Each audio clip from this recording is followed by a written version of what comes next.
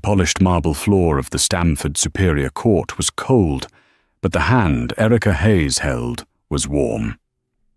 Then the other one. Her 2-year-old twins, Liam and Laura, stared with wide, confused eyes at the towering wooden benches. Erica was a ghost in this room, dressed in a $20 blouse from a thrift store, her hair tied back in a way that highlighted the dark circles under her eyes. Across the room, she sat. Irene Vance. Dripping in diamonds, a smug smile playing on her perfect lips. She was the woman who had stolen Erica's husband, her home, and her life. But what no one in that room knew, not Erica, not her cheating husband Richard, and especially not the mistress, was that the judge was about to reveal a truth so devastating it would shatter everything. By the end of this hearing, one woman would walk out with everything, and the other would collapse in ruins. Life, for Erica Hayes, hadn't always been a struggle. 10 years ago, she was Erica Jensen, a bright-eyed postgraduate with a modest inheritance and a brilliant, ambitious boyfriend named Richard Davenport. He had the vision. She had the seed capital. "We're a team, Erica," he'd whispered, his arms around her in their tiny New Haven apartment. "You and me, against the world." She'd believed him. She'd liquidated her family trust, every penny, $2 million, and poured it into his fledgling hedge fund, Davenport Capital. For the first 5 years, it was a dream. Richard was a wizard. That 2 million became 20, then 200, then $1 billion. They moved from New Haven to a sprawling, 10-bedroom Georgian mansion in Greenwich, Connecticut. The house had staff, an infinity pool, and a garage full of cars Erica never drove. Richard, however, had changed with the rising numbers. The passionate team became a cold, demanding corporation. He was the CEO, and she, he reminded her, was just support staff. When the twins Liam and Laura were born, Erica hoped it would bring back the man she'd loved. Instead, it pushed him further away. They were a distraction, a mess. He spent more and more time at the office, at client dinners that stretched until 3 a.m. Then, 6 months ago, Irene Vance had appeared. She was introduced at the annual Davenport Capital Charity Gala. Erica, in a simple navy gown, had felt dowdy and tired. Irene was a supernova in blood-red couture. She was ostensibly a consultant, specializing in emerging markets. She was also 28, with razor-sharp cheekbones and a laugh that seemed to echo with contempt. Richard was instantly besotted. He began to gaslight Erica with chilling precision. "You seem so stressed, Erica.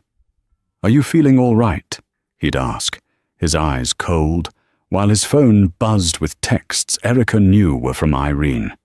"Why are you so suspicious? Irene is a vital part of the company's future. Your jealousy is unbecoming. The twins have made you frumpy. You've let yourself go. Look at you." Erica, isolated in the massive, empty house, with only the nannies for company, began to believe him. She felt small, invisible. She was the poor wife, long before she was ever actually poor. She was living in a gilded cage, and the door was slowly being locked by the man she had built, and the woman who was now enjoying the spoils, the man who, in a single night, would decide the cage was no longer necessary, and that it was time to let the bird starve. The night the cage broke, it wasn't with a dramatic crash, but with the sterile click of a briefcase latch. It was a Tuesday. Erica had waited up, as she always did. The twins were asleep upstairs, their small chests rising and falling in the soft glow of a whale-shaped nightlight.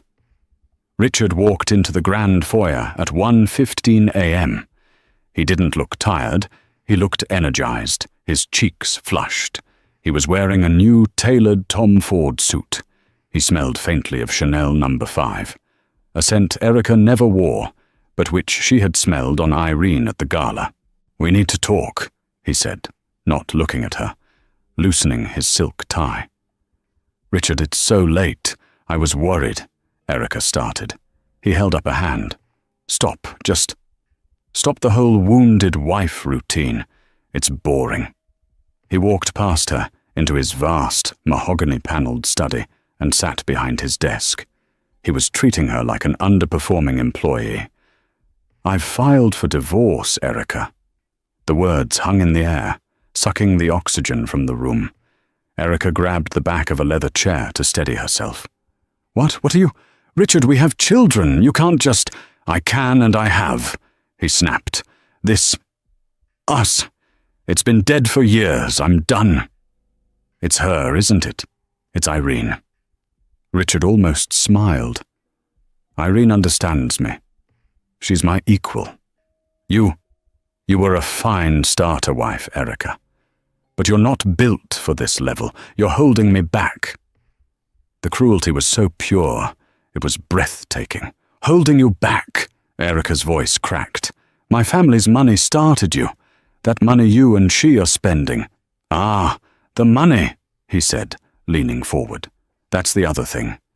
You're not getting any of it." "That's not how it works, Richard. We're in a community property state. I'm entitled to—" "You're entitled to nothing," he hissed, his voice dropping. "You're an unfit mother. You're unstable, depressed. You think I haven't had you documented? The nannies, the staff, they all report to me. You'll be lucky to get supervised visitation." It was a lie, a monstrous, calculated lie. Erica was a devoted mother. The twins were her entire world. "You won't get away with this," she whispered, terror mixing with rage. "I already have." He slid a piece of paper across the desk. It was an eviction notice. He had already transferred ownership of the Greenwich mansion into a corporate trust, one she had no access to. "You have 48 hours to vacate. My lawyers will be in touch with a settlement offer. I suggest you take it." The next 48 hours were a blur of tears, panic, and packing. The nannies were dismissed. The house staff looked through her. She was a pariah. She packed what she could fit into her old Honda CR-V, clothes for her and the twins, their favorite toys, and a small box of photos from a life that now felt like a fiction. As she drove away, a black Mercedes G-Wagon pulled into the driveway. Irene Vance stepped out, sunglasses on, and surveyed the mansion. She didn't even glance at Erica's departing car. Erica Hayes, the woman who had funded a billion-dollar empire, drove to a two-bedroom mold-infested apartment in Bridgeport, the only place that would accept her with no credit and no income. The settlement offer arrived the next day. $50,000. A one-time payment. In exchange, she would sign away all rights to Davenport Capital and agree to a stringent custody arrangement that gave Richard full control. She tore it in half. For the next 4 months, she lived in a special kind of hell. She sold her jewelry, even her original wedding band, just to buy formula and diapers. She applied for food stamps and was denied because her legal address was still, technically, the Greenwich Mansion. She was trapped in a legal loophole designed by her own husband. She found a legal aid lawyer, Gideon Cole, a young, rumpled man who seemed perpetually outraged on her behalf, but was hopelessly outmatched. Richard's lawyers from the white shoe firm of Sterling and Croft were sharks. They filed motion after motion, painting Erica as a gold digger who was suffering from postpartum psychosis. They claimed the twins were in imminent danger from her instability. Meanwhile, Irene's Instagram account was a parade of an extravagant life. Private jets to St. Bart's, front row seats at Paris Fashion Week, a new 12-carat diamond ring, not an engagement ring, she'd captioned it, just a Tuesday present. She was living Erica's life, only better. Erica grew thinner, paler. The poor wife was no longer a state of mind. It was a cold, hard, hungry reality. The final hearing was set. Richard was suing for full custody, and a motion to have her settlement offer declared the final, binding judgment. Erica had nothing left to lose, and that, she was beginning to realize, was a very dangerous kind of freedom. Gideon Cole's office was above a failing pizza parlor in Bridgeport. It smelled of stale garlic and existential dread. The stacks of files on his desk threatened to topple over with every passing truck. "They're burying us, Erica," Gideon said, rubbing his temples. He hadn't slept in days. "I've filed for discovery on his financials. In response, Sterling and Croft sent over this." He gestured to 8 cardboard boxes stacked against the wall. "It's 200,000 pages of corporate filings, derivative swaps, and offshore holding companies in the Cayman Islands, Switzerland, and Panama. It's a joke. It would take a team of 20 forensic accountants a year to untangle this. He's claiming Davenport Capital is leveraged to the hilt, that its net worth is practically zero." "Zero?" Erica scoffed, bouncing a fussy Laura on her knee. "He just bought Irene a new Bentley. He told Forbes last month he was a 3-comma man." "I know, but what he tells Forbes and what he proves in court are 2 different things. He's hidden it all, Erica. Brilliantly. His lawyers are arguing that your initial $2 million investment was a gift, not an investment. They have a cocktail napkin you supposedly signed in 2010. A cocktail napkin." I might have," Erica said, her stomach sinking. "We were at a bar in New Haven celebrating. He wrote, 'To my partner in crime, my future.' I signed it. I thought it was romantic." Gideon let out a long, pained breath. "He's been planning this, Erica. Not for 6 months, for a decade. He's been planning to cut you out from the very beginning." The realization hit her like a physical blow. The entire marriage, the love she thought they shared, the team. It was all a long con. She wasn't his partner. She was his first mark. "So what do we do?" she whispered, her voice trembling. "Gideon, I can't lose my children. I don't care about the money. I just want my babies." "That's what they're counting on," Gideon said, his eyes hardening. "They'll use the twins to make you sign away the money. And once you sign, they'll still argue you're unstable and take the twins. Richard doesn't want to be a father. He just doesn't want you to be a mother. He wants to win. He wants to annihilate you."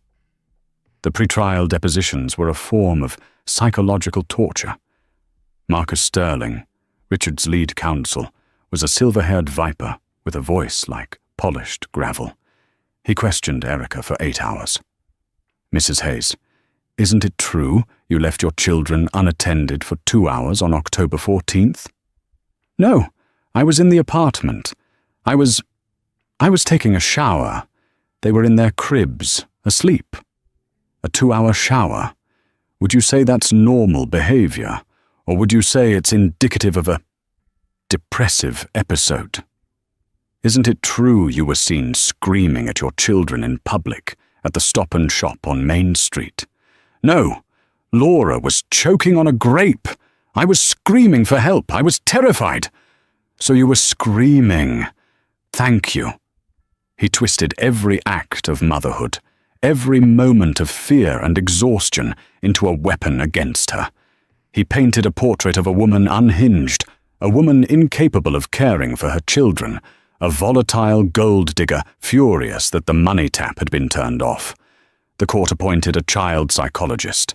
Richard naturally had one on retainer, a sleek, expensive doctor from Manhattan who, after one 30-minute assessment with the twins in Richard's presence, wrote a glowing report about his deep paternal bond and expressed grave concerns about Erica's erratic emotional state. The final settlement offer came a week before the hearing. It was worse than the first. $0. She would cede full, sole, and permanent custody of Liam and Laura to Richard. In exchange, he would graciously not sue her for the emotional damages she had caused him. "He's trying to make you homeless," Gideon seethed. "He wants to break you so you don't even show up to court." "I'll show up," Erica said, a cold, hard resolve settling over her. She was no longer sad. She was no longer weak. She was a mother, backed into a corner with nothing left to protect but her young. "He wants to show the court I'm an unfit mother. Fine. Let's go to court." The morning of the hearing, the electricity in Erica's apartment was shut off. The final notice. Red envelope had been sitting on her counter for a week, but she'd had no money to pay it. The digital clock on the microwave, AI blinking 12 was the final insult. She dressed herself and the twins in the semi-darkness. Her one good outfit was a navy blue skirt and a white blouse she'd bought from a consignment shop. It was clean, but it was worn. She pulled her hair back into a severe, simple ponytail. There was no time or energy for makeup. Liam and Laura were fussy. They were toddlers. They didn't understand the solemnity of the day. They just knew their mother was tense, the apartment was cold, and they wanted breakfast. She gave them the last of the dry cereal. "Gideon," she'd said on the phone the night before, "I'm bringing them." Erica, no, God, no. The judge will hate it. It's seen as manipulative, as emotional blackmail. Sterling will tear you apart for it. It's the one thing you can't do. He's going to say, "I'm an unstable mother who uses her children as props." Anyway, Erica had argued, her voice flat. He said it in every motion. At least this way, the judge can see them. She can see they're healthy. She can see they love me. She can see exactly what he's trying to take. "I'm doing it, Gideon." Now, walking up the grand stone steps of the Stamford Superior Court, she felt a wave of nausea. People stared. A mother, her face a mask of anxious exhaustion, clutching the hands of two beautiful, confused toddlers. She passed through security, a humiliating ordeal that involved unfolding their rickety umbrella stroller, tasting their juice box for the guard, and explaining that the plastic toy lion in her bag was not, in fact, a weapon. When she entered courtroom 4A, the whispers were immediate. Richard was already there, sitting at the respondent's table. He looked magnificent in a dark charcoal suit, his posture perfect. Next to him, Marcus Sterling, his lawyer, was arranging files, and in the front row of the gallery, just behind Richard, sat Irene Vance. She was a vision in a cream-colored Chanel suit. A large, flawless canary diamond, a new one, was on her left hand. When she saw Erica and the twins, her lips curled into a smile of pure, venomous pity. She leaned over and whispered something to the man next to her, another of Richard's lawyers, and they both chuckled. Erica's blood ran cold. She felt the shame rise in her, hot and acidic. This was the trap. Richard wanted her to look like this. Poor, desperate, and pathetic. He wanted to parade his victory in front of her. "Erica, over here," Gideon hissed, waving her to the petitioner's table. He looked ill when he saw Liam and Laura. "You really did it." "They're my children," Erica said, her voice shaking but firm. She sat down, pulling Liam into her lap while Laura squirmed in the chair beside her. Richard turned, his eyes locking on Erica. His face, for a split second, registered pure, unfiltered fury. He had not expected this. He had expected her to crawl in, broken and alone. He had not expected her to bring the evidence. He stood up, his massive frame radiating menace, and started to walk toward her. "What do you think you're doing?" he seethed, his voice low. "All rise," a bailiff shouted, cutting him off. "The Honourable Judge Marion Albright, presiding. Richard shot her one last look, a promise of retribution, and returned to his seat. Erica stood, holding Liam's hand. Judge Marion Albright swept into the room. She was an older woman, perhaps in her late 60s, with steel-grey hair pulled into a tight bun and spectacles perched on her nose.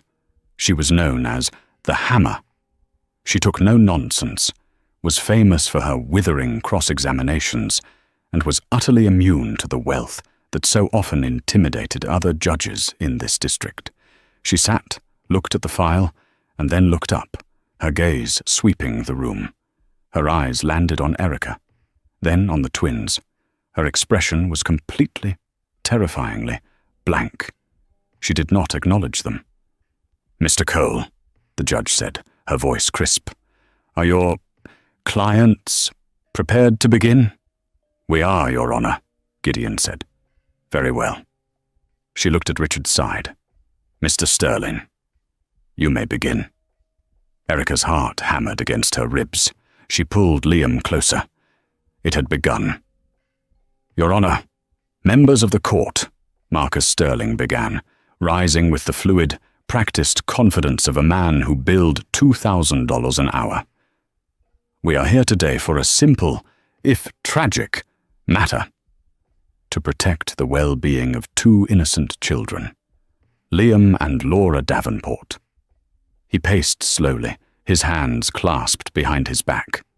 "To protect them," he continued, "from the instability, the emotional volatility, and the profound, manipulative behavior of their mother, the petitioner, Ms. Erica Hayes." He stopped and pointed directly at Erica. A woman who would sink so low as to drag her 2-year-old children into a contentious divorce hearing, using them as human shields, as tactical props in a desperate final-hour money grab. Gideon jumped to his feet. "Objection, Your Honor. Mr. Sterling is characterizing what I can see with my own 2 eyes," Judge Albright said, her voice sharp. She looked at Erica. "Mr. Cole, I will give you leeway given the unusual circumstances, but your client is doing herself no favors. Sit down." Gideon sat, his face pale. Erica felt the blood drain from her own. Sterling smiled. He had drawn first blood. "Thank you, Your Honor." He spent the next hour clinically and brutally dismantling Erica's life. He presented the deposition from the nanny, who testified Erica slept for 14 hours at a time and often seemed confused.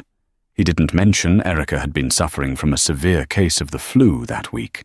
He presented a financial affidavit showing Erica had squandered thousands of dollars in the last 6 months. Erica's lavish spending included $800 for a pediatrician's visit. Liam had a severe ear infection, $250 for a second-hand car seat, and $200 for the security deposit on her apartment. "This is a woman," Sterling declared, "who, upon leaving the marital home, immediately engaged in a pattern of reckless spending, all while claiming poverty. It is a performance, Your Honor." Then he turned to Richard. He painted him as a pillar of the community, a grieved father who had tried desperately to get Ms. Hayes a mental help. "Mr. Davenport," Sterling said, "can you describe your attempts to help your wife?" Richard stood. He put on a mask of deep, pained sincerity. I just wanted her to be happy, for the kids. I offered her the best doctors. I offered her a quiet, stress-free life. But she became obsessed with money, with the company. She thinks she's entitled to it. And your feelings on your initial $2 million gift?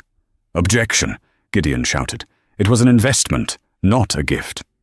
"Sustained," the judge said, looking bored. "Rephrase, Mr. Sterling."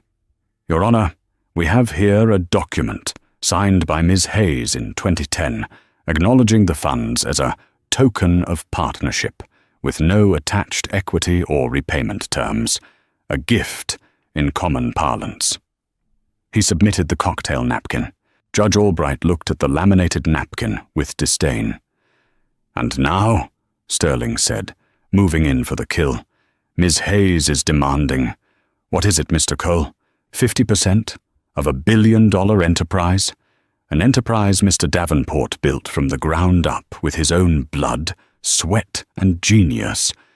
She is asking for $500 million, Your Honor, as compensation for a marriage she, herself, destroyed with her paranoia and instability. And when she realized she wouldn't get that, she took her children. She is holding them hostage. Mr. Davenport is offering a more than generous $50,000 severance. We ask the court to finalize this offer, grant Mr. Davenport full and sole custody to protect these children, and end this charade." Sterling sat down. The room was silent. Irene Vance, in the front row, was dabbing at a perfectly dry eye with a silk handkerchief. Judge Albright looked at Erica. Her gaze was like ice. "Mr. Cole, your rebuttal. And it had better be good." Gideon stood, his papers shaking. Erica felt Liam's small hand grip her blouse. She was going to lose. She was going to lose her children. She had done everything wrong. Bringing them here was a mistake. She had played right into their hands. "Your Honor," Gideon began, his voice shaky, "my client is not unstable. She is poor. She is not manipulative. She is desperate. The instability Mr. Sterling refers to is the trauma of a woman who was emotionally and financially abandoned by a man of limitless resources. A man who—" Gideon was trying, but his words felt like pebbles against Sterling's fortress. He had no documents. He had no counter-evidence. All he had was the truth. And in this courtroom, the truth wasn't worth a damn. Erica felt a tear, hot and silent, slide down her cheek. She didn't wipe it away. She looked straight at Judge Albright. "See me," she thought. "Don't look at the lawyers. Just look at me." The judge held her gaze for a long, agonizing moment. Then she turned her attention to the massive stack of financial documents. "Mr. Sterling," the judge said, her voice dangerously quiet, "I have read your 200,000 pages of discovery, and I find them unconvincing." A ripple of confusion went through the courtroom. Marcus Sterling's confident smirk faltered. "Your Honor, I'm not sure I understand." "Oh, I think you do," Judge Albright said, leaning forward. "You've presented me with a very expensive, very complicated, and very, very fraudulent picture of Davenport Capital." Richard Davenport sat bolt upright. "Your Honor, I must protest." "You will be silent, Mr. Davenport," the judge snapped, her voice cracking like a whip. "I am not just a family court judge, gentlemen. Before I took this bench, I was an assistant U.S. attorney for the Southern District of New York, specializing in white-collar crime. Did you know that, Mr. Sterling?" Sterling's face had gone from tan to ashen. I was not aware, Your Honor." "No, you wouldn't be. You just saw a small state-level family court. You thought you could dump 200,000 pages of nonsense on my desk and I'd be too bored or too stupid to read it. You were wrong." She lifted a single slender file from her desk. It was red, marked with a federal seal. "This," she said, "is not from your discovery. This is a sealed brief delivered to my chambers last night by the Securities and Exchange Commission and the U.S. Attorney's Office, who have been conducting a joint investigation into Davenport Capital for 18 months. Richard made a small, choking sound. "You claim," the judge continued, her eyes scanning the file, "the Davenport Capital is leveraged, with a net worth of near zero. This is partially true. It is worth zero. Not because it is leveraged, Mr. Davenport, but because it is a fiction. It is, in fact, One of the most audacious Ponzi schemes the SEC has seen since Madoff. A collective gasp sucked the air from the room. Erica's hand flew to her mouth. "You haven't had a single positive quarter of actual returns in 6 years," the judge read, her voice cold and methodical. "You've been paying old investors with new investors' money, the yachts, the private jets, the charity galas. It was all smoke. It was all stolen." "Lies!" Richard roared, lunging to his feet. "This is slander. You have no proof." "Sit down, Mr. Davenport, or I will have you held in contempt," Judge Albright commanded. "As for proof, oh, I have plenty. The federal investigation has been quite thorough. They've had a source, a very good one, someone on the inside, feeding them every transaction, every offshore account number, every fraudulent wire transfer for over a year." Richard's eyes darted wildly around the room. He was looking for a traitor. In the front row, Irene Vance had gone completely, perfectly still. Her smug smile was gone, replaced by a mask of rigid terror. "The U.S. Attorney's Office has been tracking your primary offshore holding company, RD Capital Group, registered in the Cayman Islands," the judge continued. "They've been monitoring it for months, waiting for you to move the bulk of your liquid assets. And 2 days ago, you did. You transferred $850 million, believing you were hiding it from this court, from your wife." Judge Albright looked up, her gaze laser-focused on Richard. "The federal government seized that account this morning at 9:01 a.m. Your assets, Mr. Davenport, are frozen, all of them. The Greenwich Mansion, which you foolishly placed in the same corporate trust, is now the property of the U.S. government. As of this moment, you are as poor as your wife." Richard Davenport stumbled, grabbing the table for support. His face was a grotesque shade of grey. No. She. He turned, his eyes wide with a horrifying realization, and stared straight at Irene Vance. "You," he whispered. "It was you." Irene's face was white. "Richard, I don't know what he's talking about." "Oh, but you do, Miss Vance," Judge Albright said, her voice softening into something even more terrifying. "Or perhaps I should use your real name." The entire courtroom turned. Erica, holding her breath, stared at the woman who had ruined her life. "Your legal name," the judge said, "is Irene Volkov." If the room had been silent before, it was now a tomb. "Irene Volkov," the judge repeated, letting the name hang in the air. Daughter of Alexei Volkov, the former Russian oligarch, a man who was, coincidentally, Richard Davenport's very first major investor. The man you, Mr. Davenport, bankrupted in 2008 by leveraging his entire portfolio against fraudulent assets. You ruined him. He took his own life 2 years later. Erica's mind reeled. This wasn't a love affair. It was an assassination. "It seems, Ms. Volkov," the judge continued, "that you've been playing a very long, very dangerous game. You came to Mr. Davenport with a new name, a new identity, and a singular goal: revenge. You became his mistress, gained his absolute trust, and you were the SEC's confidential informant all along. You fed them the information they needed to destroy the man who destroyed your father." Irene Volkov was trembling, her eyes fixed on the judge. She wasn't an arrogant mistress. She was a woman driven by a decade of pure, condensed hatred. Marcus Sterling looked like he was going to be physically ill.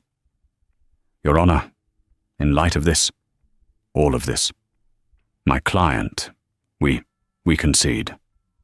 "Oh, we are far from done, Mr. Sterling," Judge Albright said. "You see, the federal brief notes a complication, a new development." She turned her icy gaze back to Irene. "It seems, Ms. Volkov, that you got greedy. Revenge wasn't enough, was it? You didn't just want to see him ruined, you wanted to profit from it. While you were feeding information to the SEC, you were also using your intimate access to Mr. Davenport's accounts to set up one of your own. Richard, who had been staring blankly, now looked at Irene with a new, dawning horror. A shell corporation in Panama, the judge read. The IV Global Initiative. Adorable. Over the last 6 months, you've been siphoning funds from his fraudulent accounts into yours. You weren't just a whistleblower, Ms. Volkov. You became a co-conspirator. You were planning to let the FBI arrest him, and then you were going to disappear to a non-extradition country with the $92 million you had personally stolen. Irene let out a sound, a high-pitched, strangled noise. Unfortunately for you, Judge Albright said, the feds are very thorough. When they froze his accounts, they also froze yours. All $92 million. You, Miss Volkov, are also implicated in the same wire fraud and conspiracy charges. You will not be seeing $1 of that money. You will not be walking away. You just played yourself. That was the moment. The truth, the final, devastating, absolute truth, hit Irene Volkov. Her plan, her decade of vengeance, the fortune she had stolen, all of it, gone. She wasn't the victor. She was just another one of Richard's victims, and a criminal in her own right. No, she whispered. No, he deserved it. That money was mine. It was my father's. She stood up, her hands clawing at her hair, her face contorted into a mask of pure, primal rage. No, you can't. Mine! She shrieked, a terrible, guttural sound, and her eyes rolled back. Irene Vance Volkov, the woman in the Chanel suit and the canary diamond, collapsed. She fell forward, striking her head on the gallery rail with a sickening thud before crumpling to the cold marble floor, unconscious. Chaos! Bailiff! Secure her! Judge Albright yelled. Medics to the courtroom! As 2 bailiffs rushed to the collapsed, sobbing Irene. 2 other men, large, serious men in dark suits who had been standing at the back of the room, walked calmly and quickly to the respondents' table. Richard Davenport, one of them said, flashing a badge. You're under arrest for securities fraud, wire fraud, and conspiracy. They pulled his arms behind his back. The click of the handcuffs was the loudest sound Erica had ever heard. Richard didn't fight. He was a broken man. The genius, the predator, the king, all of it evaporated. As they led him past Erica, his eyes met hers. They were hollow. He had lost. She hadn't won. He had lost. Marcus Sterling was already packing his briefcase, trying to distance himself from the toxic blast radius. The courtroom slowly cleared.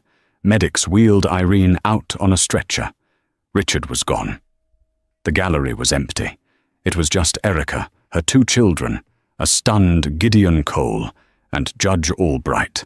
Liam and Laura, who had been shocked into silence by the screaming, were now both crying softly. Erica just held them, her body shaking from the adrenaline. Mr. Cole, Judge Albright said, her voice suddenly, surprisingly, gentle. Gideon stood up, shaky. Your Honor. The marital assets, as we've established, are non-existent. They are the proceeds of a massive criminal enterprise. Erica's heart sank. After all that, was she still getting nothing? However, the judge continued, I have read the financial history, all of it, back to the beginning. And there is one asset, one piece of clean money in this entire decade-long mess. The $2 million of seed capital from the sale of the Jensen Family Trust that Ms. Hayes gifted to Mr. Davenport in 2010. She looked at Erica. A gift given under what was clearly fraudulent romantic pretenses. A gift that, in fact, was the only legitimate money this entire company was ever built on. The rest was smoke and mirrors. But that first $2 million, that was real. "Your Honor," Gideon said, "that money is long gone." "Not according to the SEC," the judge said, a small, rare smile playing on her lips. "They traced it. The very first thing Mr. Davenport did with that money was buy 500,000 shares of a small, unknown tech startup called Innovest. He bought it as a lark under a separate holding company and then forgot about it. He used it as clean collateral. That company, as of this morning, is one of the largest data processing firms in the world. The court finds," Judge Albright declared, "that those shares, purchased with Ms. Hayes's money, are Ms. Hayes's property. The court orders the immediate transfer of that entire holding to Ms. Erica Hayes." Gideon, confused, looked at the judge.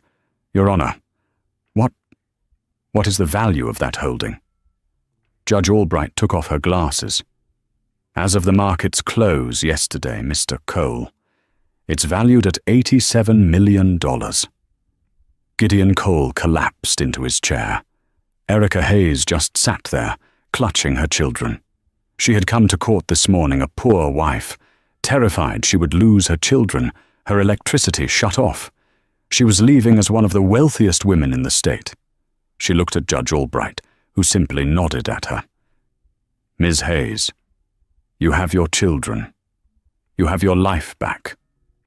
Don't waste it. This court is adjourned."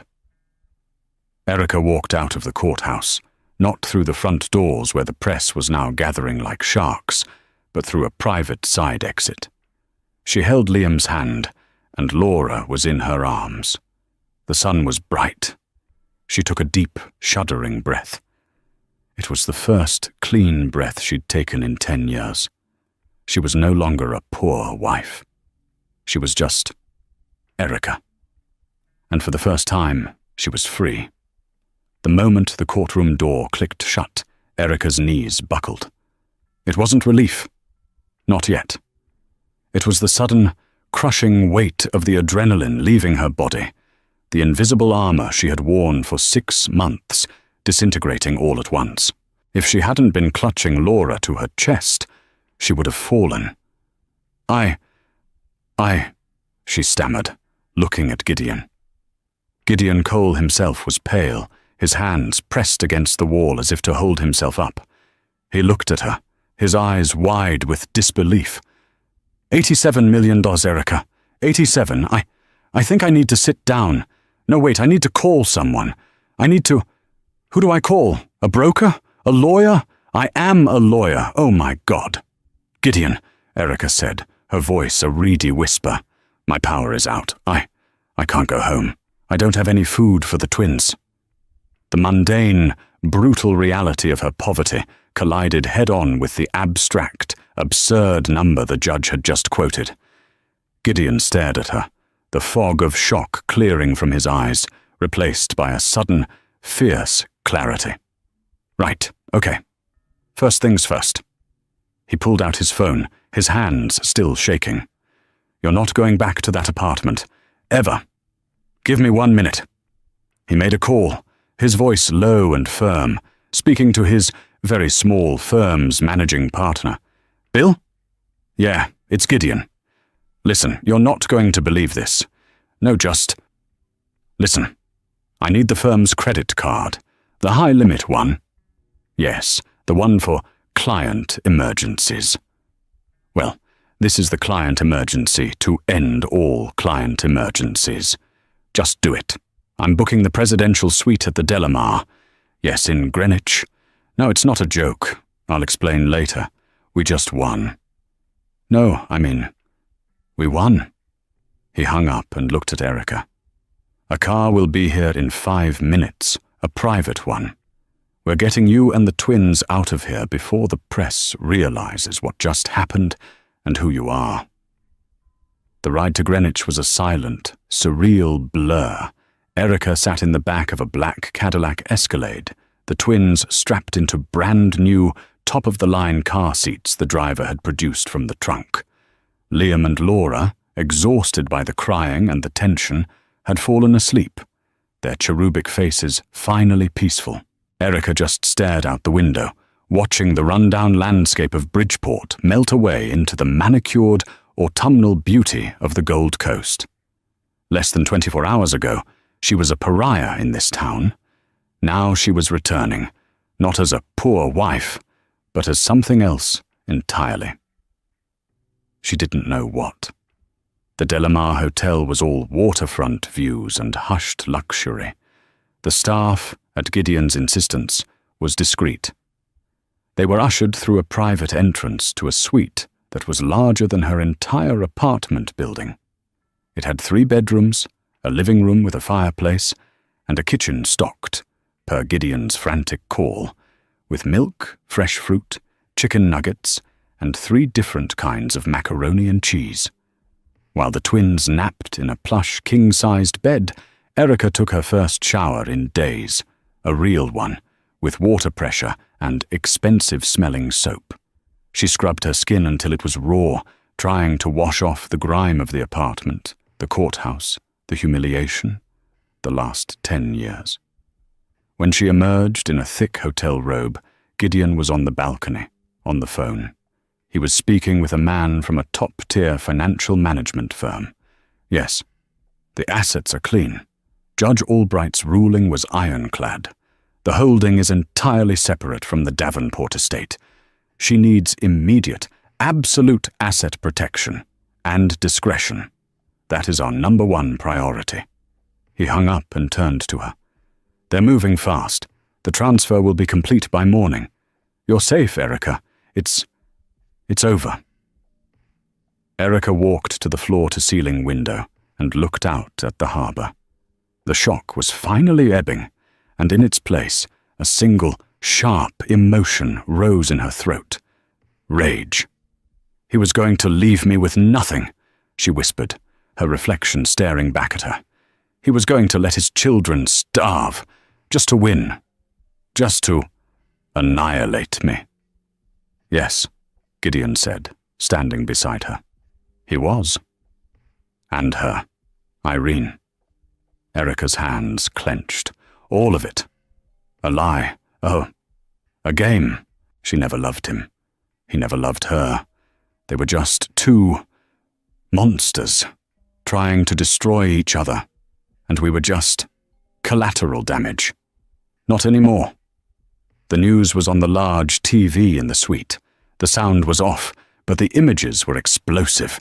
A split screen showed Richard Davenport, his face grey and slack, being forced into the back of a black Federal sedan.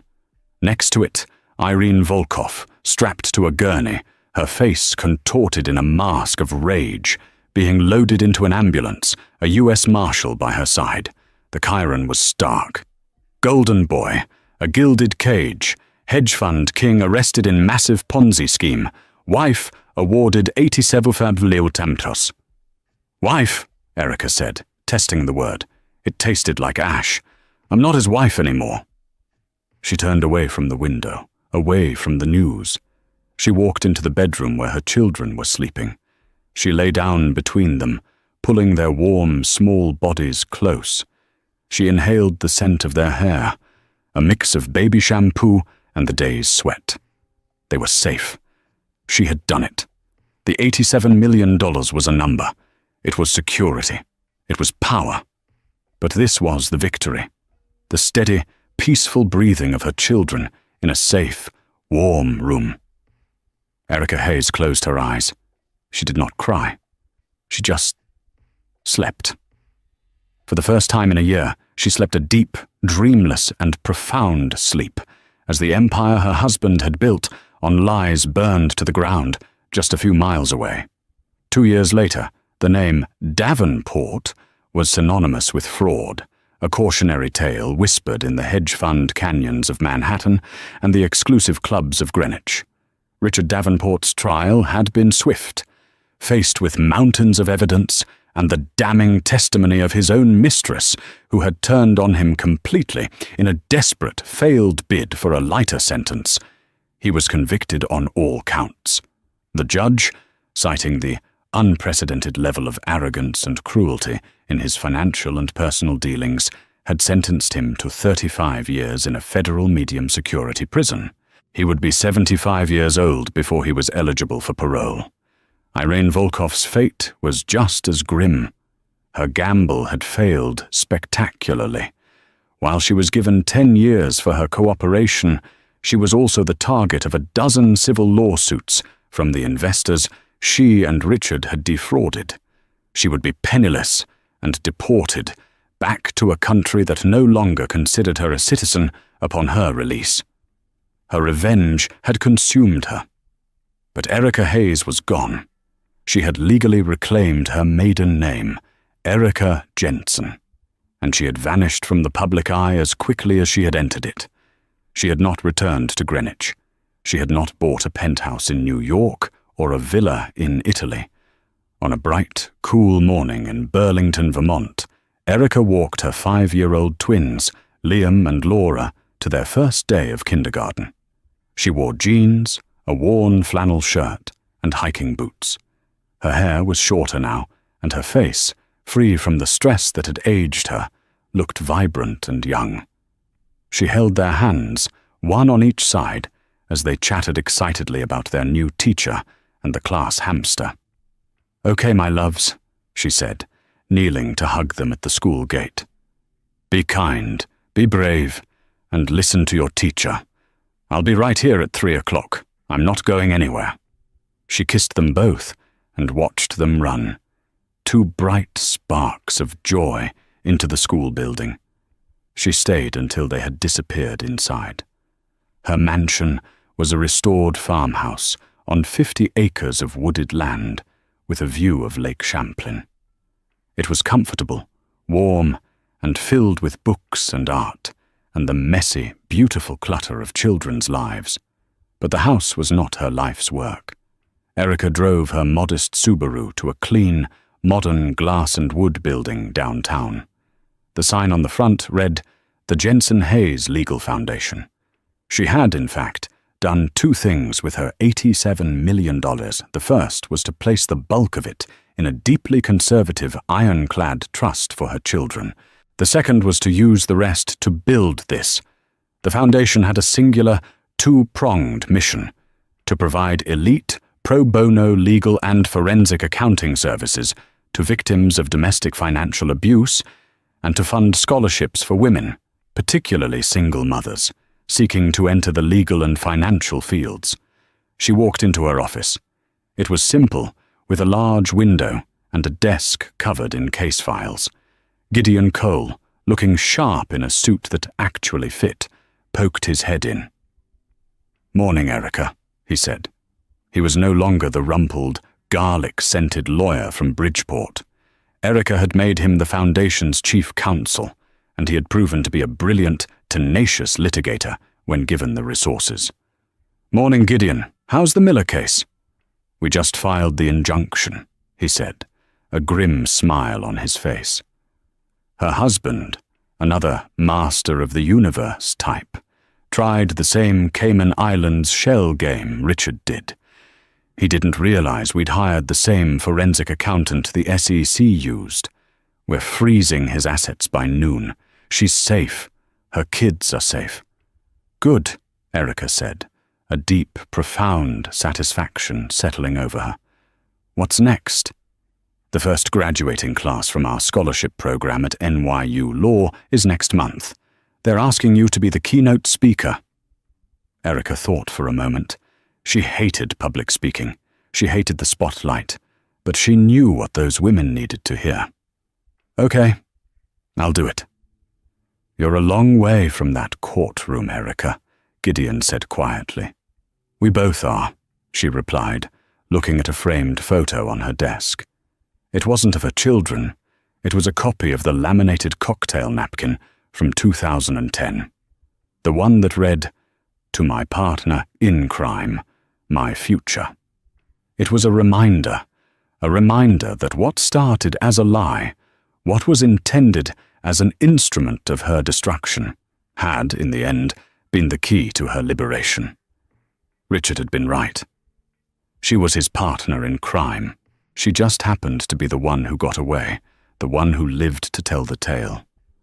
And now, she was making sure she wasn't the last.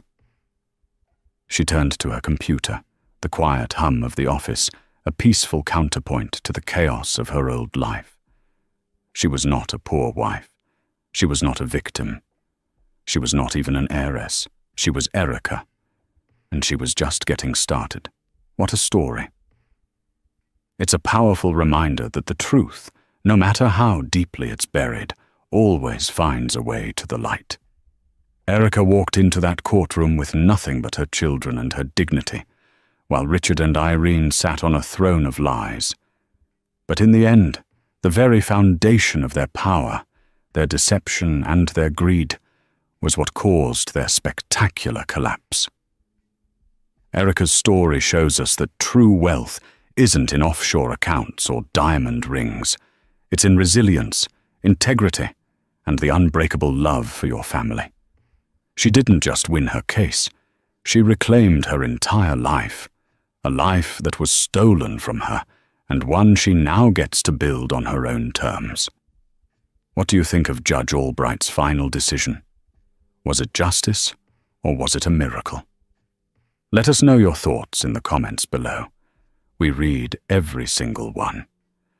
If this story moved you, please show your support by hitting that like button and sharing it with someone who needs to hear a story of justice being served. And of course, if you want to hear more incredible real-life dramas like this one, make sure you click subscribe and turn on all notifications. You won't want to miss what we have coming up next. Thank you for listening.